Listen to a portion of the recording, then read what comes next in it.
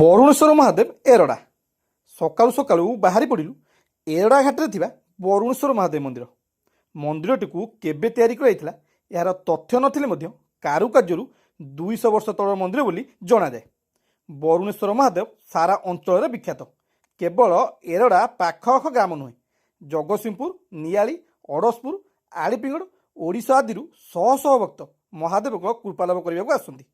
ମନ୍ଦିରରେ 12 ମାସରେ 13 ପର୍ବ ପାଳନ ସହିତ ଘୋଡ଼ା ନାଚର ଆୟୋଜନ କରାଯାଏ, ଯାହା ଆମ ସଂସ୍କୃତିକୁ ଏବେ ବି ଜୀବିତ ରଖିଛି। ମନ୍ଦିର ପରିସରରେ ପୂଜା ପାଉଛନ୍ତି ବିଲ ବରୁଣେଶ୍ୱର।